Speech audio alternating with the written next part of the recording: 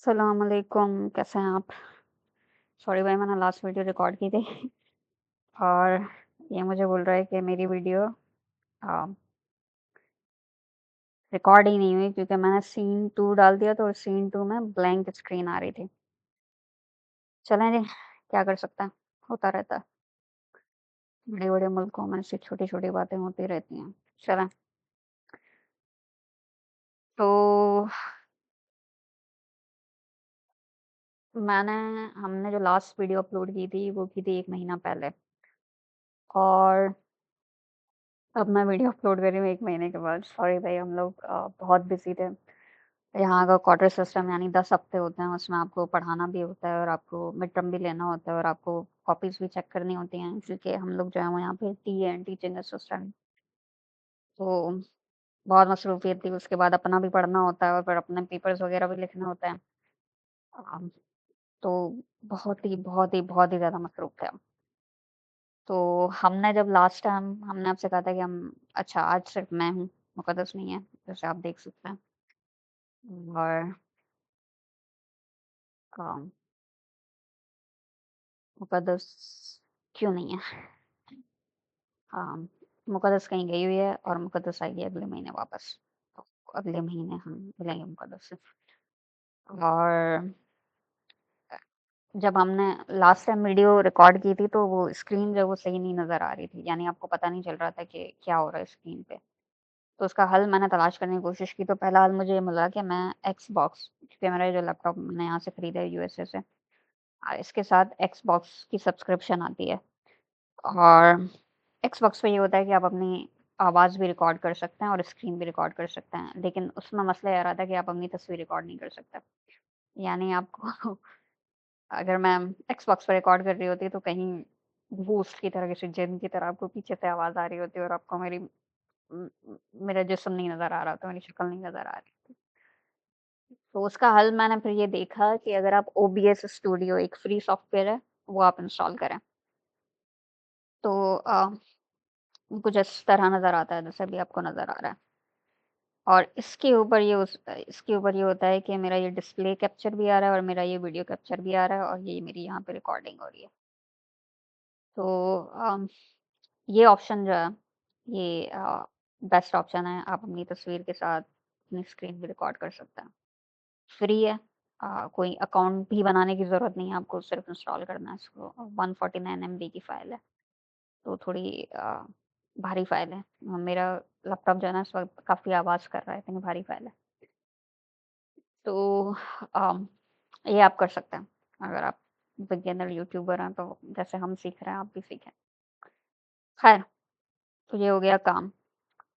तो हमने last time application start की थी यूसी सांता बारबरा की। अब यूसी सांता बारबरा की जो डेडलाइन है वो निकल गई है दिसंबर 18 तो मैंने सोचा कि दूसरे क्योंकि मैं भी अप्लाई कर रही हूँ ट्रांसफ़र के लिए तो मुझे यूसी सांता क्रूज़ की एप्लीकेशन अभी फ़िल करनी है। तो यूसी सांता क्रूज़ की जो डेडलाइन है वो 7 जनवरी है। तो मैंने सोचा कि आपको यूसी सांता क्रूज़ की एप्लीकेशन कैसे फ़िल करते हैं, वो आपको बता देता हूँ। सॉरी भाई, मुझे नहीं लगता कि उर्दू को बचाया जा सकता है इस अंग्रेज़ी के अ, अंग्रेज़ी की मिलावट से। भाई मैं कोशिश कर रही हूँ, हम कोशिश करते हैं लेकिन जैसा देश वैसा भेस है ना, वो बिल्कुल सच है। आप नहीं भी चाहें तो जहाँ आप रहते हैं वहीं की तरह हो जाता है। लेकिन ख़ैर वो इम्पोर्टेंट नहीं है। तो मैंने क्या करना है, यहाँ पे जाना है यूसी सांता क्रूज़ फ़िलॉसफ़ी मैंने कर दिया। मैं यूसी सांता क्रूज़ फ़िलॉसफ़ी पे गई क्योंकि मैं फ़िलॉसफ़ी की एप्लीकेशन फ़िल कर रही हूँ। और फ़िलॉसफ़ी पे यहाँ से मैं ग्रेजुएट क्योंकि मैं पीएचडी की एप्लीकेशन ग्रेजुएट की फ़िल कर रही हूँ। मास्टर्स और पीएचडी दोनों यहाँ ग्रेजुएट में कंसिडर होता है। वो बोल रहा है प्रोस्पेक्टिव स्टूडेंट्स अच्छा आप किसी भी वेबसाइट पे जाएँ और आप एडमिशन लेने वाले हैं, यानी आप शागिर्द होने वाले हैं, तो ये ऑप्शन आपके लिए होता है हमेशा प्रोस्पेक्टिव स्टूडेंट्स का। प्रोस्पेक्टिव स्टूडेंट्स पे मैंने क्लिक किया, नीचे गए मुझे बता रहा है कि मुझे क्या-क्या चाहिए। अच्छा जी, जनरल ग्रेड टेस्ट एक ये अ, जनरल टेस्ट होता है यहाँ पे एडमिशन्स के लिए यूनिवर्सिटीज़ में। लेकिन बहुत अच्छी बात ये है कि बहुत सारी यूनिवर्सिटीज़ मैक्सिमम यूनिवर्सिटी ज़्यादा से ज़्यादा यूनिवर्सिटीज़ यूएसए में अब ग्रे आपसे नहीं लेती हैं, फिलॉसफी में तो बिल्कुल भी नहीं लेती। क्योंकि रिसर्च की गई थी सोशल साइंसेज़ में और पता चला कि भाई ये इस तरह के जो टेस्ट होते हैं इसमें वही बच्चे अच्छा अच्छा स्कोर ला पाते हैं जो कि अच्छे घरानों, अच्छे इदारों से पढ़े होते हैं। तो हम जैसे लोगों का तो भई इसमें फिर चांस ही नहीं हो सकता। तो हम जैसे लोगों को मौका देने के लिए, हम जैसे लोगों के साथ इंसाफ करने के लिए इन्होंने ग्रे खत्म कर दिया। और आपके पास राइटिंग सैंपल होना चाहिए, statement of purpose, personal experience statement, 3 letters of recommendation, transcripts ये सब हम आपको बता चुके थे। एप्लीकेशन फ़ी $155 होनी चाहिए। अ, अच्छा जी, ये बोल रहे हैं कि इनके पास एक ऑप्शन है कौन-कौन फ़ी वेवर के लिए अप्लाई कर सकता है। तो देखते हैं भई कौन-कौन फ़ी वेवर के लिए अप्लाई कर सकता है।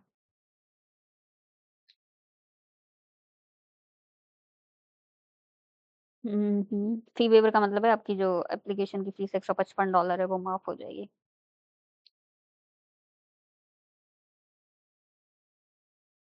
अच्छा ये भी एक मसला है सिर्फ़ यूएस सिटिज़न के लिए ऑप्शन होता है। ये तो ये बोल रहा है यूएस सिटिज़न के लिए ऑप्शन है, मेरे लिए नहीं है ये। हाँ, वो फाइनेंशियल हार्डशिप का होता है कभी-कभी, लेकिन नहीं है।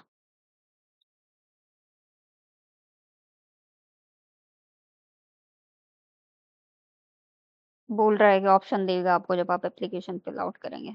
तो ये वो लोग हैं, इदारों से ताल्लुक़ रखने वाले जो कि अप्लाई कर सकते हैं फ़ी वेवर के लिए। यानी इन ऑर्गनाइज़ेशन से आपका अगर आप ताल्लुक़ है तो।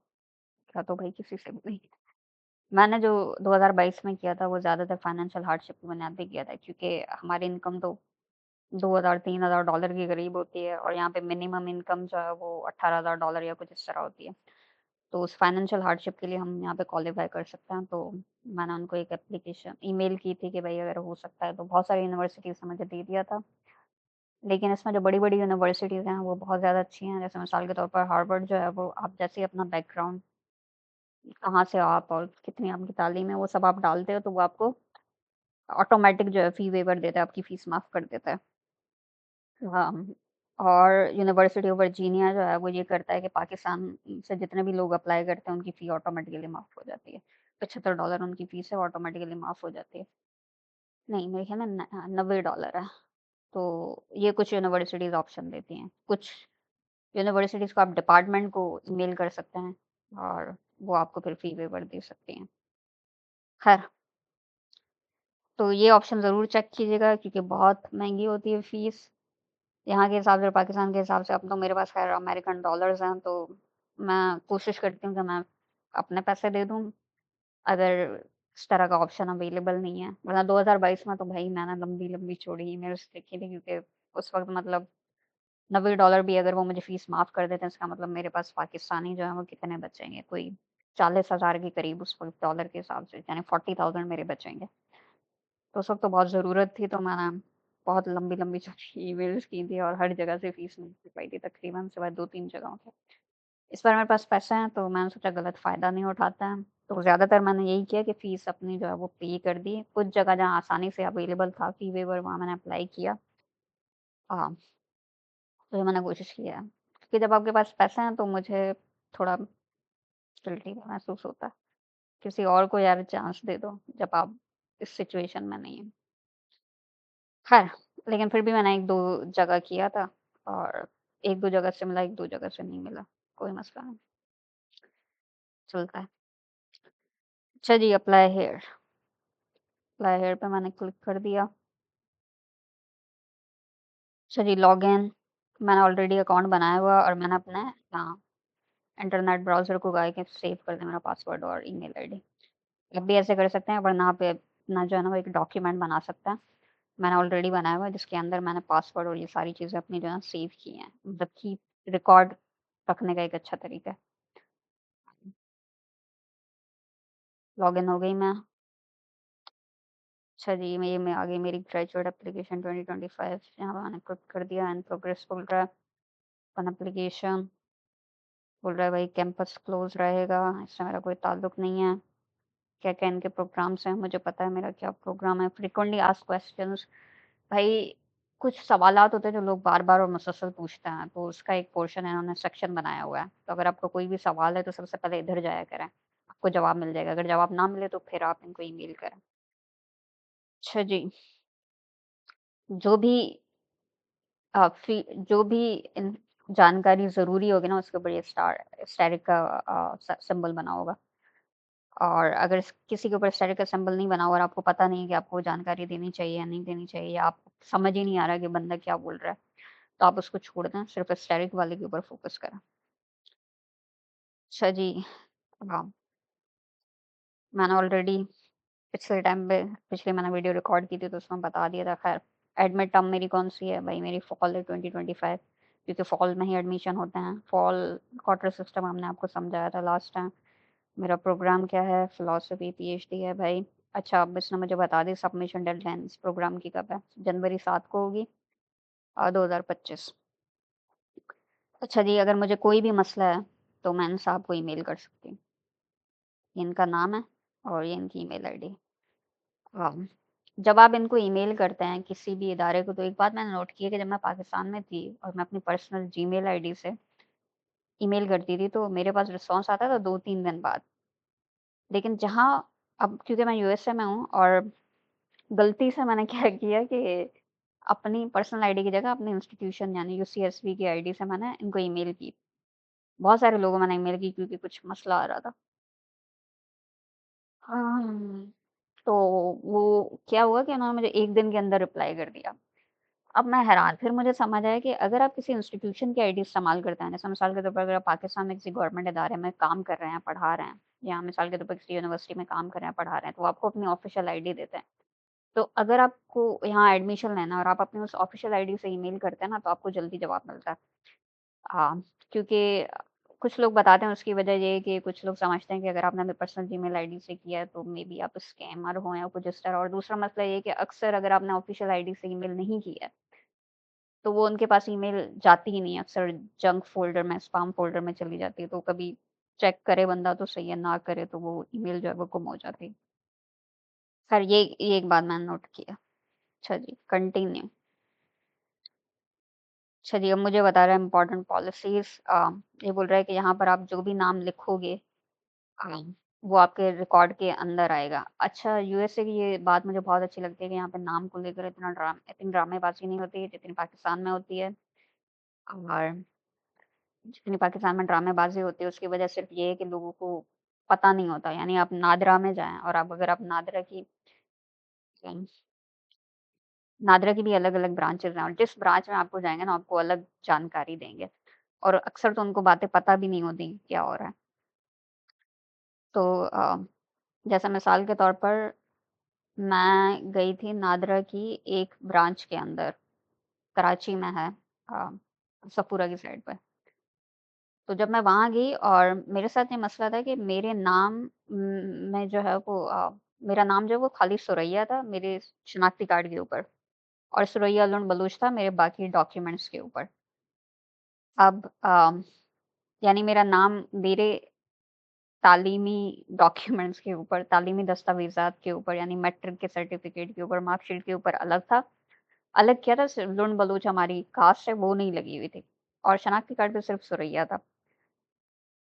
अब भाई मैंने कहा सफूरा मनादरा वालों को कि भाई मुझे नाम के साथ ये जोड़ दें, मेरी कास्ट और जोड़ दें। उन्होंने बोला नहीं भाई, ये जो है ना नाम बदलने का, नाम आपको तब्दील करवाना पड़ेगा, ये उसका केस है। अच्छा भाई, फिर उन्होंने कहा अगर आपको नाम तब्दील कराना है तो आपको अखबार में इश्तिहार देना पड़ेगा, आपको एफ़िडेविट साइन करवाना पड़ेगा, ये सब। मैंने फिर छोड़ दिया, इतना ज़रूरी नहीं था। लेकिन बाद में जब मैंने यहाँ अप्लाई करना था तो मैं बड़ी परेशान थी कि भाई मेरा नाम जो है ना एक जैसा होना चाहिए और पासपोर्ट के लिए अप्लाई करना था, क्योंकि बहुत टची हैं हमारे पाकिस्तानी नाम के मामले में। तो मैं फिर गई नाज़िमाबाद ब्रांच, और नाज़िमाबाद ब्रांच में जाके मुझे पता चला जो उनकी मेन ब्रांच है नादरा वालों की, वहाँ जाके मुझे पता चला कि मुझे सिर्फ़ ये करना है कि मुझे एक एफ़िडेविट साइन करवाना है, बस। मुझे और कुछ भी नहीं चाहिए। मुझे कोई अखबार में इश्तिहार नहीं देना, कुछ भी नहीं। तो देखें, एक ही इदारा है नादरा, एक जगह जा रहे हो आपको अलग जानकारी मिल रही है, दूसरी जगह आप जा रहे हो आपको अलग जानकारी मिल रही है। तो ये सारी चीज़ें जो है ना, जो बंदा अनपढ़ होता है या जिसको पता नहीं होता चीज़ों के बारे में, आप उनको घुमाते रहते हो और फिर इस तरह की सिचुएशन में एजेंट्स जो कि करप्ट पैसे लेके आपसे काम करवाते हैं, करप्शन उनकी जगह बनती है फिर, इस गलत जानकारी की वज़ह से। ख़ैर अच्छा, अब मेरा ये मसला नाम तब्दील करवाने का था ही नहीं, मुझे सिर्फ़ ज़ात ऐड करनी थी। लेकिन ख़ैर मैंने कहा चलो उन्होंने भी कहा नाज़िमा वालों ने ये नाम तब्दील करवाने का मसला है। फिर उसके बाद उन्होंने कहा ये आप एक ही बार कर सकते हैं, बार-बार नहीं कर सकते। अब यूनाइटेड स्टेट्स में ये है कि इस तरह के कोई पंगे नहीं होते। जैसे मिसाल के तौर पर मैंने यहाँ पे अगर नाम लिख लिया और बाद में मैं तब्दील करवाना चाहूँ, फ़ौरन तब्दील कर देंगे। अगर मैं चाहती हूँ कि मुझे मेरे ऑफ़िशियल इस लंबे नाम से कोई ना बुलाए, बल्कि जिस नाम से मुझे घरवाले बुलाते हैं, मेरा कोई निकनेम है, लिव्ड नेम, जिस नाम से मैंने ज़िंदगी गुज़ारी है, मैं चाहूँ तो मैं वो नाम भी यूज़ कर सकती हूँ। हाँ, it can be a nickname, preferred name और कोई भी नाम अपने लिए चूज़ कर सकते हैं। अच्छा, उसके बाद ये भी बोल रहा है कि अगर आपका नाम जो है ना वो ट्रांसक्रिप्ट्स पे अलग है और वैसे आपका नाम अलग है, तो आप वो भी हमें यहाँ बता सकते हैं।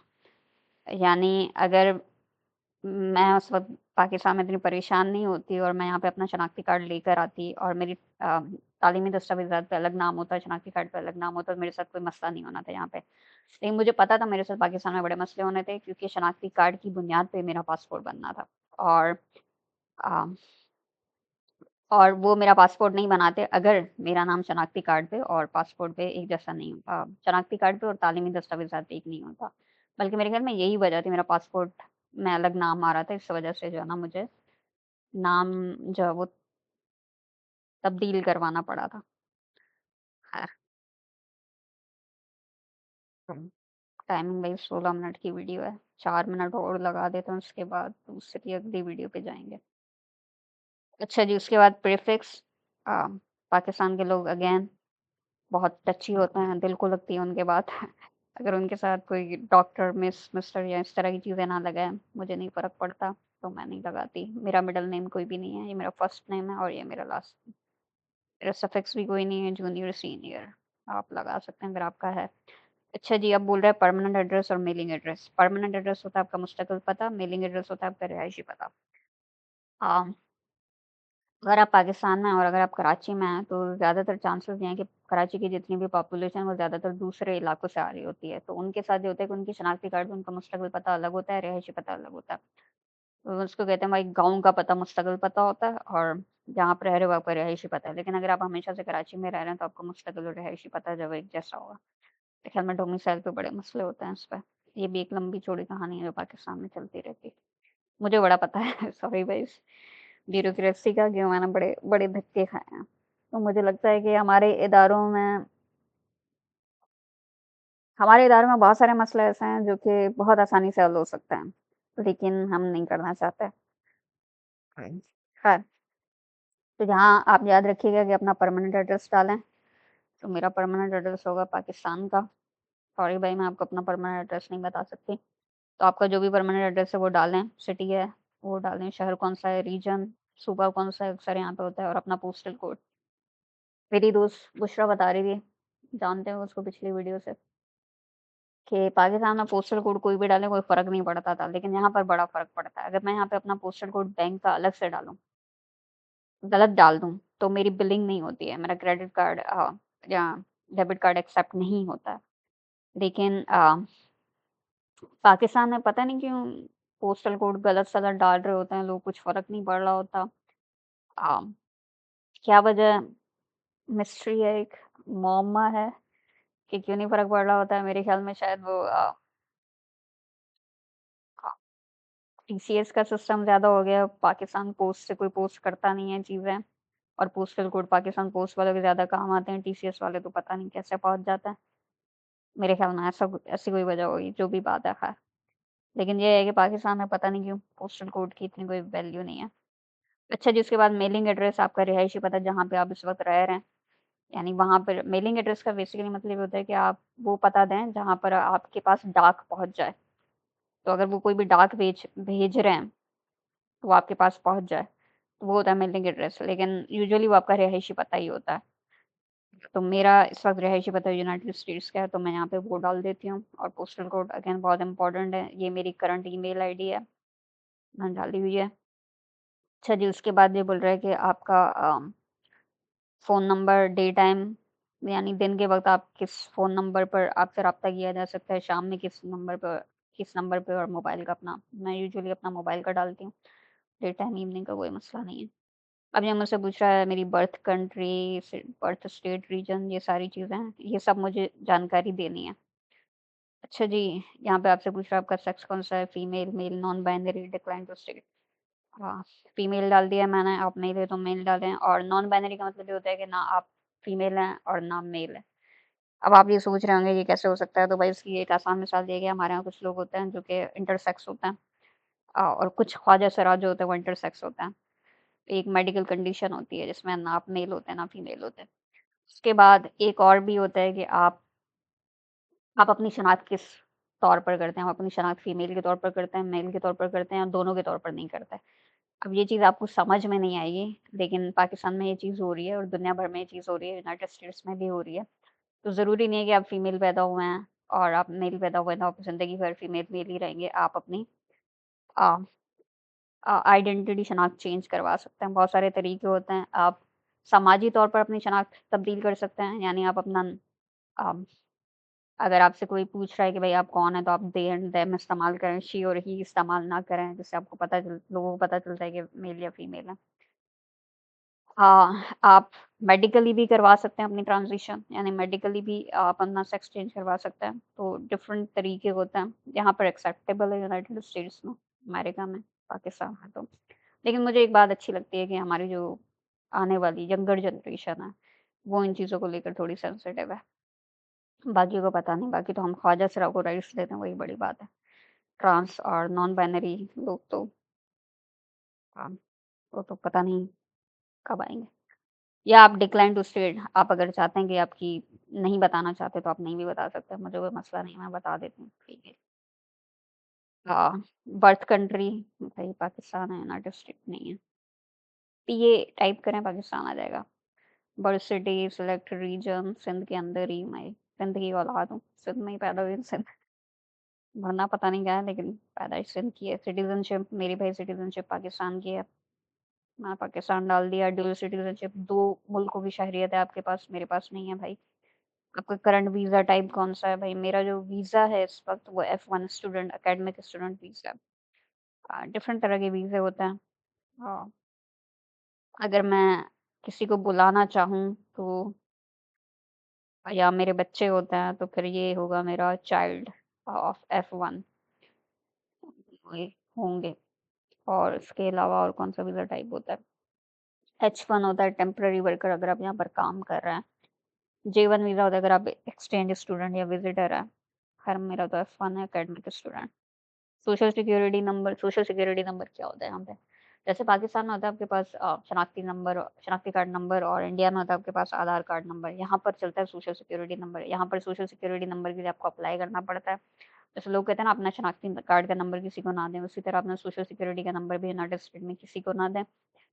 और यहाँ पर आपको सोशल सिक्योरिटी नंबर तभी मिल सकता है जब आप यहाँ पर काम करते हैं और आपका जो एम्प्लॉयर है, यानी आपको जो काम देने वाला हो वो अमेरिकन ही हो, तो वो आपको एक लेटर खत लिख के देता है। वो आप लेते हैं अपना पासपोर्ट और सोशल सिक्योरिटी की ऑफ़िस है, एसएसएन वालों की। जैसे सोशल सिक्योरिटी मैं अगर यहाँ डालूँ तो मेरे पास वो आ जाएगा का इदारा, the United states social security administration, जहाँ पे आप अपना अकाउंट बनाते हैं, ऑनलाइन अपॉइंटमेंट लेते हैं कि किस दिन आप जाएँगे, और उस दिन जाके आप अपने सारे डॉक्यूमेंट्स वग़ैरह जो हैं वो लेकर जाते हैं, और फिर आपको आपका सोशल सिक्योरिटी नंबर मिल जाता है। तो मैं भी अपना सोशल सिक्योरिटी नंबर नहीं शेयर करूँगी, मेरे पास है सोशल सिक्योरिटी नंबर। और जो दूसरी बात जो मुझे यूनाइटेड स्टेट्स की बहुत अच्छी लगती है वो ये है कि मिसाल के तौर पर अगर मैं जा रही हूँ सोशल सिक्योरिटी ऑफ़िस और मुझे चाहिए डॉक्यूमेंट्स, जैसे मुझे पासपोर्ट चाहिए और मुझे जो एम्प्लॉयर का लेटर चाहिए था, एंड जहाँ मैं काम करती हूँ उन्होंने मुझे एक लेटर दिया है, वो है, और मैं उसकी कॉपी अपने साथ लेकर जा रही हूँ। अब पाकिस्तान में होता है कि आपको बोलते हैं कि आप अपनी इन चीज़ों की शनाख्ती कार्ड की हर चीज़ की कॉपी करवा के आओ। और मेरे ख़्याल में जब मैं थी पाकिस्तान में 2023 में तो कॉपी होती थी ₹5 की, अब तो ख़ैर मेरे ख़्याल में बढ़ गई होगी। तो वो कॉपीज़ आप करवाते थे, वो उस इदारे को बंदे को दे देते थे और वो फ़ोटोकॉपीज़ रख लेता था, आपको वापस नहीं देता था। यानी आप ये सोचिए कि अगर आपने 10-12 डॉक्यूमेंट्स जमा कराए हैं, तो आपकी 100 डेढ़ 100 तो फ़ोटोकॉपी, मेरी ज़िंदगी तो मतलब मुझे लगता है फ़ोटोकॉपीज़ करवाने में ही गुज़री है। जहाँ भी मुझे जाना है 10-12 फ़ोटोकॉपीज़ तो मेरी शनाख्ती कार्ड की होनी ही चाहिए।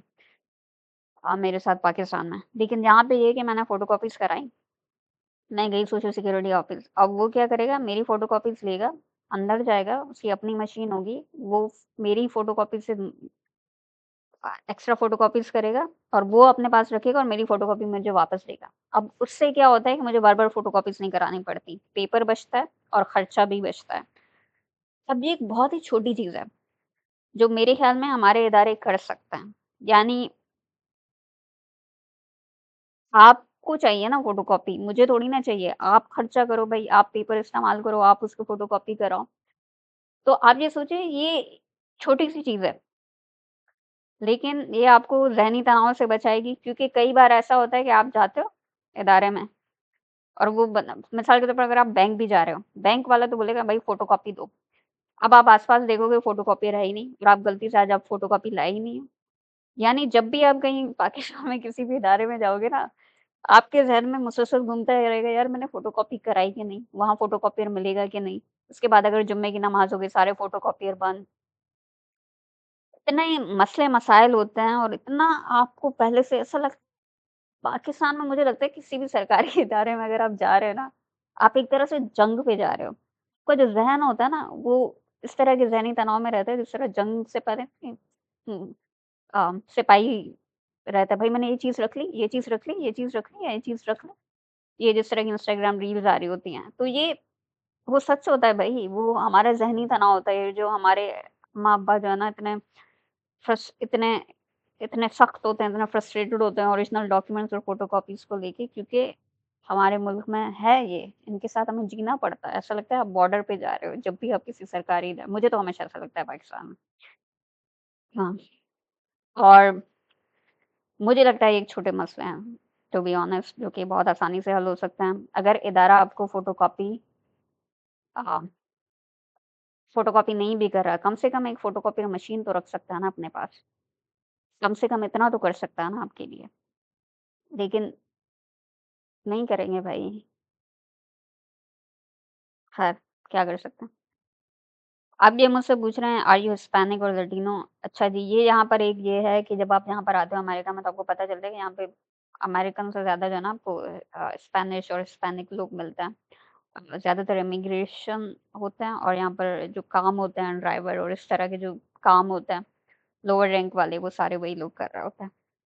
जैसे हमारे यहाँ माइनॉरिटीज़ जो होती हैं वो सेवरेज और इस तरह का काम कर रही होती है, तो उस तरह की चीज़ें आपको यहाँ पर भी मिल सकती हैं। हाँ, इनइक्वालिटी के हवाले से अमेरिका भी कुछ हमारी तरह ही है, कोई फ़र्क नहीं है इसमें। अच्छा जी, मैं नहीं हूँ हिस्पैनिक और लैटिनो, मैं एशियन और एशियन अमेरिकन हूँ। अच्छा जी, एशियन और एशियन अमेरिकन पे क्लिक करूँ तो मुझसे पूछता है आप कौन हो? बांग्लादेशी, एशियन, इंडियन, भाई मैं पाकिस्तानी, मैंने क्लिक कर दिया और अब मैं कंटिन्यू कर रही हूँ। अ, चलें आज के लिए फ़िलहाल इतना काफ़ी है। अ, काफ़ी लंबी वीडियो हो गई है, लेकिन उम्मीद है कि आपके काम की होगी। अगले ऑप्शन पे जो है हम बाद में अ, अगली वीडियो में जाएँगे। सही है? चलें जी। हुँ, अल्लाह हाफ़िज़, अपना ख़्याल रखिएगा। बाय-बाय।